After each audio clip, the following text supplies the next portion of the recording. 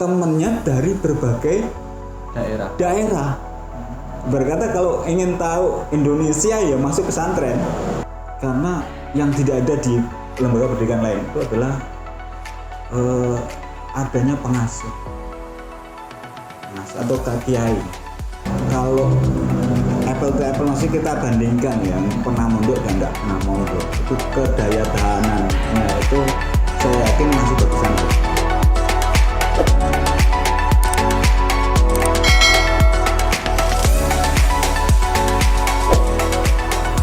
Oke, sekarang lanjut ya Mas. Tadi ada sedikit gangguan kameranya panas. Biasalah. Oh iya. Tadi nyampe bedanya kalau sampean sekarang nggak mondok, kira-kira itu gimana jalan pikirnya sampean? Apa nasib apa gimana, mungkin bisa dijelaskan? Ya kalau pondok itu kan pondasinya kan pondasi agama ya. Jadi kan berarti cara berpikirnya akhirat gitu ya. Jadi kayak dunia ini ya sementara, nah akhirat itu selama-lamanya. Sehingga ketika kita menjalani hidup ya ini ya slow. Teman-teman coba jangan lihat orang-orang yang alumni pesantren itu yang selesai rata-rata slow gitu kan. Ya maksudnya kalau dia pun jadi orang kaya yang enggak piye-piye gitu loh. Kalau orang Jawa bilang ya biasa aja. Toh kalaupun dia miskin pun masih kekurangan pun dia juga santai. Karena didikan agama. Coba kalau enggak mondok ya didikannya dan kira harus mencapai ini targetnya tinggi banget gitu akhirnya gampang kena stres. Karena anak sekarang kan gitu. Korban harus stres bunuh diri karena hanya hal yang bersifatnya fana gitu. Tapi apakah mondok itu menjamin Mas punya pemikiran yang seperti itu? Enggak juga sih. Enggak juga tergantungnya orang. Tapi yang jelas insya Allah kalau dia di pondok yang benar dengan pengasuh yang memang tepat, dalam artian pengasuh yang tepat ini adalah yang Ahlussunnah wal Jamaah, yang sanad keilmuannya itu terpercaya dan diakui, itu insya Allah pemikirannya, insya Allah santri-santrinya juga akan ikut. Berarti walaupun nggak terjamin, setidaknya udah berusaha dan terjaga ya, minimal berusaha. Kan kita percaya namanya barokah ya, barokah itu ya tambahnya kebaikan dalam kebaikan itu kan barokah ya. Nah kita santri itu percaya itu. Banyak kok santri itu ketika zaman mondok itu sering melanggar, banyak itu santri yang ketika mondok tidak terlalu pinter belajarnya, tapi karena takzimnya, tawaduknya terhadap kiainya, takzimnya terhadap ustadznya, takzimnya, tawaduknya terhadap guru-gurunya, itu manfaat itu, berkah ilmu. Takzim sama tawaduk itu apa sih Mas? Sama, tawaduk, takzim, merendahkan diri, merendahkan hati, merendahkan di hadapan sang guru. Kita ini kan orang yang mencari ilmu, istilahnya kan tolabul ilmi, tolab santri. Nah kalau kita mencari ilmu ya harus namanya orang mencari ya harus pandai-pandai dia menempatkan diri, apalagi yang dicari ini ilmunya Allah. Nah ilmu itu tidak akan hadir ke orang atau ke santri kalau santri itu tidak merendahkan dirinya. Artinya gini, ilmu itu ibaratnya air, Mas. Air itu kan konsepnya kan dari tempat yang tinggi menuju tempat yang rendah. Nah kalau kamu tidak merendahkan diri ya air itu tidak akan semakin rendah, kamu semakin deras airnya. Benar-benar berarti kita dilatih untuk adabnya gitu. Iya, makanya ada orang lain gitu. Betul. Makanya ada istilah unzur maqala wala tanzur mangqala. Lihat apa yang dikatakan, apa yang dibicarakan. Jangan lihat siapa yang berbicara. Itu dalilnya untuk kita belajar ke siapapun. Maqala itu iya. Mantap. Benar. Jadi makanya kenapa kok banyak sekarang kayak tidak terlalu gimana tetap rendah hati. tetap rendah hati. Dilihat gitu adem ya Mas. Nggak betul. Nah itu Ustaz betul Kiai betul. Jadi kalau kamu melihat kok adem tambah adem berarti itu luar biasa. Tapi kalau melihat kamu jengkel lagi berarti ibadahnya kurang, wallah alam ya. Iya, bener. Oke, itu tadi beberapa manfaatnya mondok. Manfaatnya mondok. Banyak sekali ya. Banyak sekali. Jadi Lanjutnya tadi kan manfaatnya. Sekarang macam-macam mondok itu macam-macam pondok itu kayak gimana sih Mas? ini bagus nih pertanyaan. Banyak orang ini kan kita kadang terpapar isu radikalisme, betul? Ya, Pondok yang pesantren lagi lagi hangat ngebom sini ngebom. Padahal salah tuh. Itu sebenarnya oknum aja. Nah kalau Anda lihat pondok pesantren tidak ada yang mengajarkan terorisme. Justru pondok pesantren itu saya mengajarkan tafaqquh fiddin, diniyah, pendalaman agama, salaf ya, itu kitab kuning itu yang dalamnya. Salaf itu kayak gimana? Pondok salaf itu ya pondok yang kalau untuk milenial sekarang pemahamannya ya tidak ada formalnya. Pondok tradisional salaf itu masuk ke situ terus ngaji kitab apa gitu. Terus ijazahnya, tapi sekarang sudah ada pendidikan diniyah formal, sudah diakui oleh negara. Diniyah formal. Iya, PDF misalnya. Pendidikan diniyah formal. Berarti macam-macam pondok tadi ada pondok salaf. Terus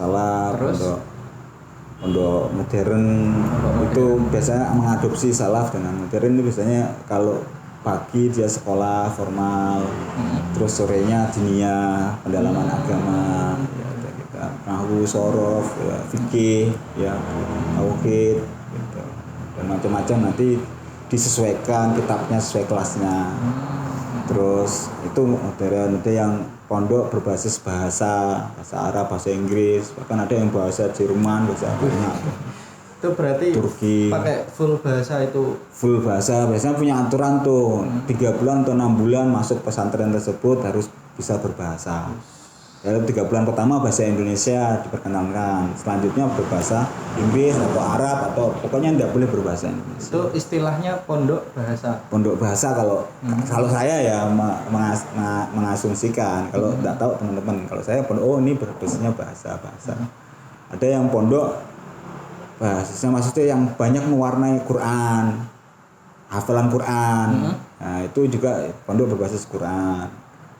Jadi Quran, hafalan Quran. Jadi di situ kegiatannya lebih banyak di kegiatan Al-Quran, membaca Al-Quran, tahsin Al-Quran, tajwid, mulai dari awal sampai yang pemula sampai expert itu Al-Quran. Terus bahasanya itu selingan ya. Yang saya maksud kalau bahasa itu utamanya, menu utamanya itu berarti basisnya bahasa. Kalau tahfidz Al-Quran berarti basisnya Al-Quran. Yang lainnya jadi ekstra. Nah, gitu. Terus ada pondok yang menu utama malah ya selain ini tambahnya adalah kayak pertanian, peternakan ada. Gimana itu Mas? Ya santri-santri dilatih untuk bertani, beternak, perikanan. Itu jadi menu utama apa? Ya enggak, itu hitungannya ya tetap tafaqquh fiddin, cuma itu jadi juga Tambahan aja. tambahan. Nah, cuma ibarat kata menjadi ciri khasnya pesantren tersebut. Selain pinter misalnya di bidang agama, dia juga pinter di bidang kayak peternakan, perikanan, kehidupan bisa ya, dipakai setelah lulus mondok. Mondok seperti kayak di bagian kan ada juga. Benar-benar. Selanjutnya untuk mondok ini kebutuhannya apa aja Mas? Kebutuhan apa santrinya? Iya. Oh apa aja yang dipersiapkan santri? Ya terutama bukan santri juga yang dipersiapkan, di orang tua juga Mas. Jadi orang tua itu harus siap secara mental, siap secara dana, ya siap material maupun non materi. Ya non fisik dan non fisik lah, materi dan non material ya. Kalau materi jelas ya butuh biaya, butuh. Kalau non materi ya di mental, sikap. Mentalnya harus kuat, bahwa harus sadar bahwa ini anak nanti mondok itu sudah tidak sama dengan kita sebagai orang tua. Ini anak dititipkan, makanya istilahnya bukan pesantren. Kita kan tidak bisa mendidik langsung, apalagi kalau orang tua yang karir, wanita karir misalnya, atau bapaknya berkarir atau dua-duanya kerja, sibuk, dia tidak punya waktu untuk ngurusin anak, pondok adalah tempat yang tepat untuk menjaga anak-anaknya terpapar dari perilaku yang buruk, negatif itu yang di luar sana. Kalau dari si santri ini sendiri mas, yang perlu dipersiapkan? Iya, tetap mental, dia niatnya di niat mondok itu apa, terapul ini menghilangkan kebodohan, terutama kebodohan tentang agama. Nanti kalau formal kan itu sudah bonus, dapat ijazah jelas, SD, SMP, terserah, SMA, bahkan ada pondok untuk anak kuliah ada. Nah yang kedua ya berdasarkan kayak biaya, banyak kok pondok pesantren dengan berbagai macam biaya, mulai dari yang paling mahal, ada yang gratis, bahkan yang ada yang gratis, dan yang paling mahal ada, bisa dicari gitu. Terus perlengkapan ini lebih detail lagi ya, teknis ya jelas kayak pakaian seperti ini, lengan panjang, polosan harus punya banyak, karena kegiatan pesantren ya salah satu mendidik akhlak adalah dia harus berlaku sopan dengan pakaian lengan panjang. Nah, jadi tidak ada anak santri itu ngaji pakai lengan pendek, tidak ada. Kalau busana muslim lengan pendek tetap nggak boleh? Nggak boleh. Dia nggak tahu kalau pondok pesantren sekarang ya, kalau dulu nggak boleh ya. Bedanya apa sih? Lengan panjang, lengan pendek? Ya ibarat kata kan lebih resmi dan lebih rapi, betul nggak? Terus kalau dilihat kan lebih dia menghargai dirinya, lebih sopan. Iya, dan itu sebenarnya itu ngelatih kayak fashion ya. Seakan-akan dia santri ini dilatih untuk menghargai dirinya sendiri. Kamu itu santri, kamu harus kan ya, orang dihargai kan karena penampilannya juga salah satu. Nah itu tidak ketinggalan di pesantren. Kayak songkok seperti ini harus ya. Nah, terus sarung, kalau celana ya biasanya kegiatannya pakai sarung. Berapa potong harus punya sarung, terus apa perlengkapan mandi harus biasakan, terus training biasanya koperasi ya, bisa dicari lah informasi itu. Yang jelas sarung itu ya, sarung, pakaian ini kegiatan, terus bantal.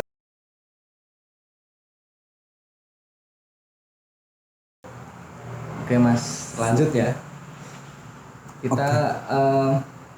Kita tahu bahwa semakin kesini itu moral generasi muda itu kayaknya tahu sendiri lah, bobrok ya. Semakin bobrok. Mungkin punya sedikit pesan dan pesan-pesan untuk para orang tua atau generasi muda berikutnya. Ya, pesan kayak tua sekali, tapi sepanjang kami rasakan, maksudnya kami itu, saya mewakili, tidak bisa juga mewakili anak pesantren juga, kita itu menganggap bahwa tetap garda terakhir itu pondok pesantren di Indonesia itu, pondok pesantren pertama yang berlandaskan Nahdliyin ya, yang berlandaskan Nahdlatul Ulama gitu ya, NU gitu. Kalau Sunnah wal Jamaah itu insya Allah akan tetap terjaga itu kalau orang tua itu mau mondokkan anaknya ke situ, ke wilayah pesantren yang berlandaskan Ahlus Sunnah wal Jamaah, kan banyak. Nah untuk orang tua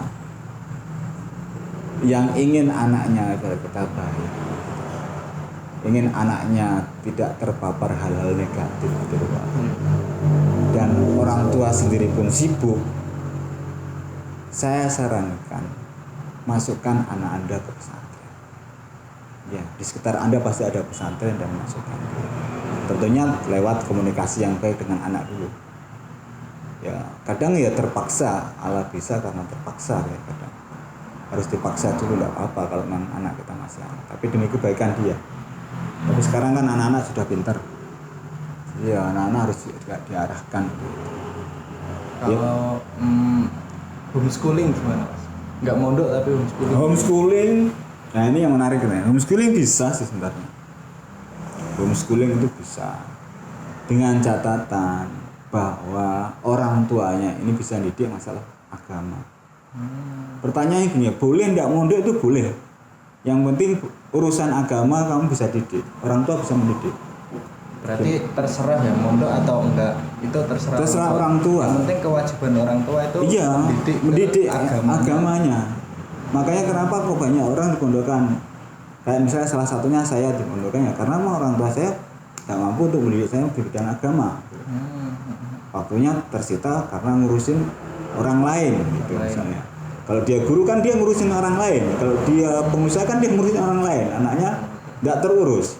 Makanya pesantren adalah tempat yang tepat untuk agar anak kita dapat pendidikan terkhusus agama. Toh pendidikan yang lain itu dapat. Ibarat kalau sekarang istilahnya formal, kalau kita itu umum atau agama tidak ada sebenarnya, itu satu. Pendidikan itu satu. Cuma ada yang membuat terpisah. Kalau misalnya kalau boleh saya sebutkan formal ya, dapat di pesantren itu dapat. Sudah ada kok, bisa kejar paket, bisa persamaan, bisa sekolah formal, bisa banyak kok pilihannya. Jadi bagi anak-anak jangan takut mondok.